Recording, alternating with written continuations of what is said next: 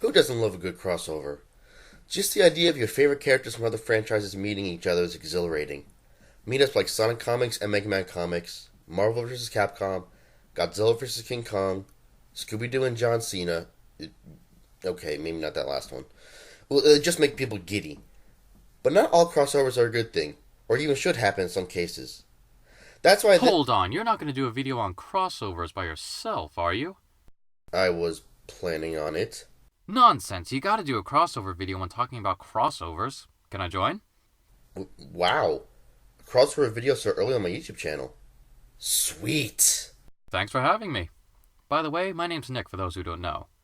My YouTube channel is the Synergy333, but more on that later when I plug the hell out of it during the end slate. Subtle. Anywho, let's begin, shall we? Care to start us off? My pleasure.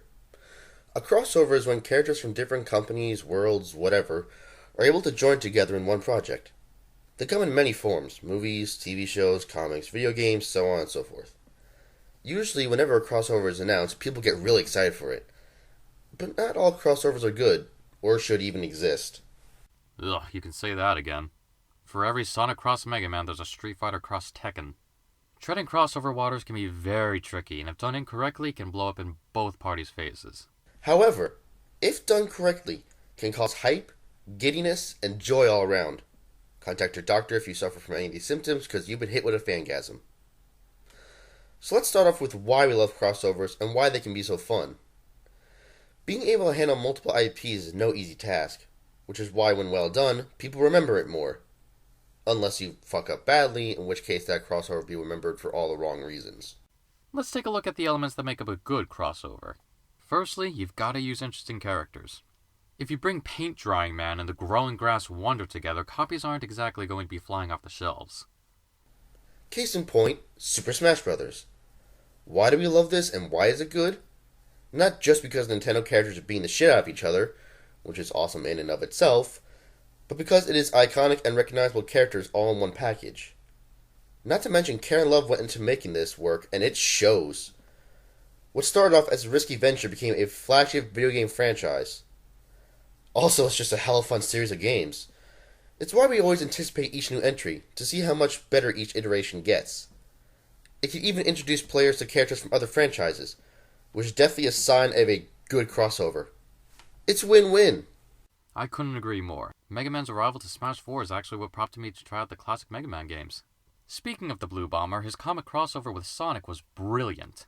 Archie Comics, the publisher for both the Sonic the Hedgehog and Mega Man comics, just looked at them and thought, yeah, these two should probably meet up. And wham! Two platforming legends team up to take down their arch enemies. It works because it takes itself just serious enough to make you care, but it's not too serious as to end up being melodramatic. The premise is a cartoony hedgehog teaming up with an anime robot. The goofiness writes itself. It's like when you play with your toys as a kid and wish for it to be real. Except this time it is. Not to mention, in real life, the careers of these characters have been, shall we say, lacking. And seeing them together and handled with care just makes us love them more. Now it's just up to Sega and Capcom to get off their asses. Don't hold your breath on that one. Hey, a guy can dream. Yes, you can. Just like I can dream that all crossovers are great ideas and are handled with care. But that would make me wrong. So wrong. Batman vs. Superman will surely give me that dose of reality. What? You know what I mean. Batman vs. Superman is probably going to be the poster boy for half-baked crossovers. Hey, I'm not saying Zack Snyder will make the best movie ever. Far from it. But if it turns out well, it could be really entertaining. Who doesn't want to see the most iconic superheroes in the world fight each other on the big screen? Well, me. Having a DC universe is a good idea. God knows they need to compete with the Marvel movies somehow. But pitting Batman and Superman against each other just doesn't make sense. Why would they fight to begin with? And the winner is so easy to predict. If Batman gets his hands on Kryptonite, he'll win. If not, Superman will win. It just doesn't pave the way for very many interesting story routes. True, a story is needed to make people give a shit on what they're watching, but the main focus of the film is the fight. It's the freaking title! We want to see why they fight and how cool it looks. If I wanted to see a serious movie, I wouldn't watch this. Plus, there's never been a true winner, so it would be nice to see how the team behind this movie handles this subject matter. God knows everyone already argues about it anyway, whether this movie came into being or not. Are you crazy? How can you possibly defend... Whoa. Hold on a second. What are we doing? We're best friends. Why are we getting into a heated debate about something so trivial? Because... Good point. As you can see, it's hard to say what really defines a bad crossover. What may be bad to one person may be good to another, and vice versa. That and pitting two heroes against each other is riskier than having them work together. With a war, the two fandoms argue and battle over who would win. But with a team-up, you open the possibility of bringing two fandoms together and gaining new fans. Doesn't stop a crossover being bad if not handled like that, or even handled at all. Case in point, Street Fighter Cross Tekken, as mentioned before. What should have been a dream game of having two of the biggest fighting game franchises in one game turned out to be a mess. Gameplay that made people play cheaply and wait for the time to run out, instead of having a real fight, and piss-poor DLC practices showed why this didn't work out well. Seriously, Capcom?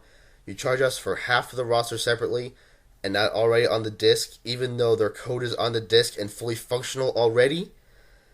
The reception to this game made the reverse crossover, Tekken Cross Street Fighter, in eternal limbo.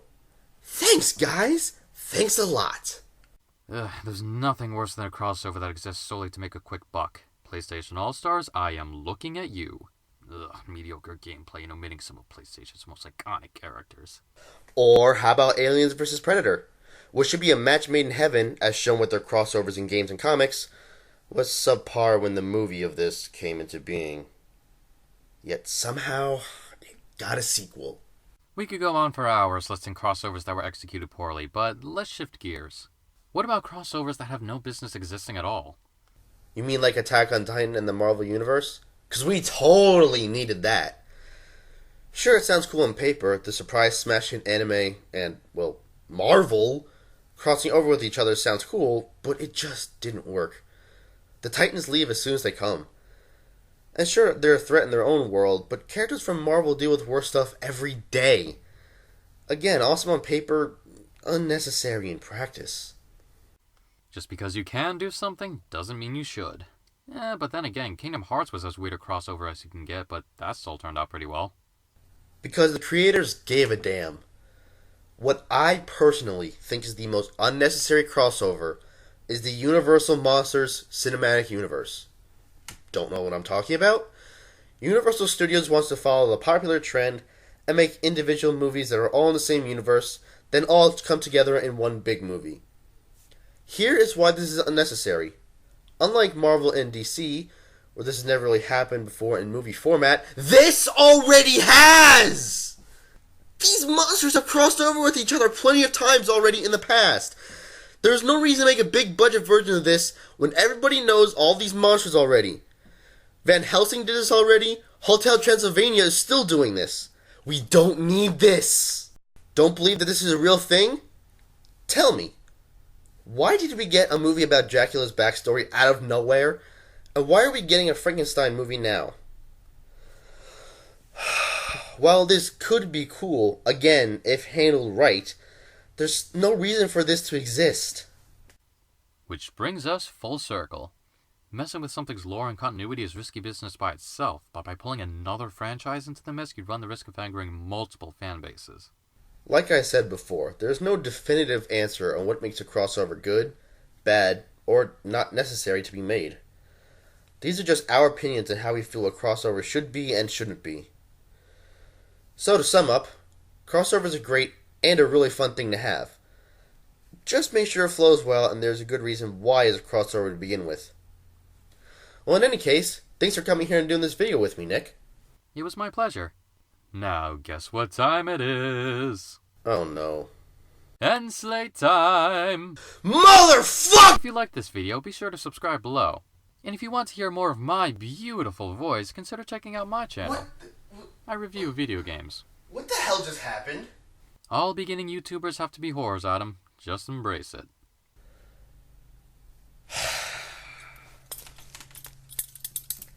Cash or credit? And what position? Thank you so much for watching. Have a fantastic day. No, no, no, no, no. That's your anti. You. Bye!